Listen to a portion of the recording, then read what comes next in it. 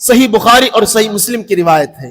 حضرت ام المؤمنین سیدہ عائشہ صدیقہ طاہرہ رضی اللہ عنہا فرماتی ہے کہ حضور علیہ السلام نے ارشاد فرمایا من ابتلی من هذه البنات بشیء، جس بندے یا بندی پر اللہ کی طرف سے بیٹیوں کی ذمہ داری ڈالی گئی اور انہوں نے اس ذمہ داری کو ادا کیا، فاحسن الیہن، اور ان بچیوں کے ساتھ اچھا معاملہ کیا، حسن سلوک سے پیش آئے، کن لہ سترا من النار، تو یہ بیٹیاں ان کے لیے کل قیامت کے دن جہنم سے بچنے کا سامان بن جائے گی.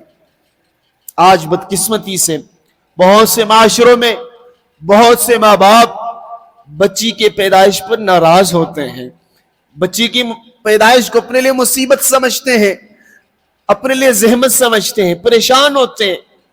اور حضور علیہ السلام کی بعثت سے پہلے عرب کے کچھ جاہل ایسی حرکتیں کیا کرتے تھے کہ جب بچی کی خوشخبری انہیں سنائی جاتی تو ان کے چہرے کا رنگ بدل جاتا، پریشان ہو جاتے، ایسا لگتا جیسے انہیں کوئی بڑی عذاب کی خبر دی گئی ہے.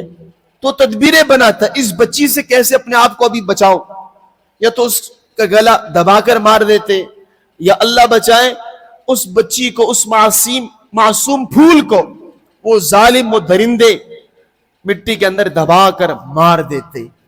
وہ بچی تڑپتی روتی. نبی علیہ السلام تشریف لائے، آپ نے بچیوں کے حقوق کے لیے آواز بلند کی، آپ نے امت کو تعلیم دی، امت میں شعور آیا، بیٹیوں کے حقوق لوگوں نے آپ سے سیکھے، اور بعد میں لوگ بیٹیوں کو ترجیح دینے لگے. آج بھی کچھ ایسے نوجوان ملتے ہیں کہ بیٹیوں کے پیدائش پر مٹھائیاں تقسیم کر رہے ہیں. ابھی کل میں ہسپتال میں تھا تو مجھ سے ایک شخص ملا، مجھ سے کہنے لگا کہ اللہ تعالیٰ نے مجھے 2 لڑکے دیے ہیں، آپ اللہ سے دعا کیجئے کہ ابھی گھر والی کو لے کر آیا ہوں، اللہ تعالیٰ مجھے بیٹی کی نعمت عطا فرمائے. بڑی تمنا ہے کہ اللہ تعالیٰ بیٹی کی نعمت عطا فرمائے. کیوں؟ آپ بیٹی کو تربیت دیں گے، ان پر خرچ کریں گے، ان کی حفاظت کریں گے، ان کی عزت اور عصمت کی حفاظت کریں گے، ان کی شادی کرائیں گے، بعد میں بھی خیال رکھیں گے. تو یہ بیٹیاں کل قیامت کے دن اللہ بچائے اگر انسان اپنی گناہوں کی وجہ سے جہنمیوں کے قطار میں لگ بھی گیا تو بیٹیوں کے ساتھ یہ حسن سلوک، ان کے ساتھ یہ اچھائی، ان کا خیال رکھنا اس دن آپ کو کام آنے والا ہے. اس دن یہ بچی، ان کے ساتھ حسن سلوک، ان پر رحم، یہ آپ کو جہنم کی بھڑکتی ہوئی آگ سے بچائے گی.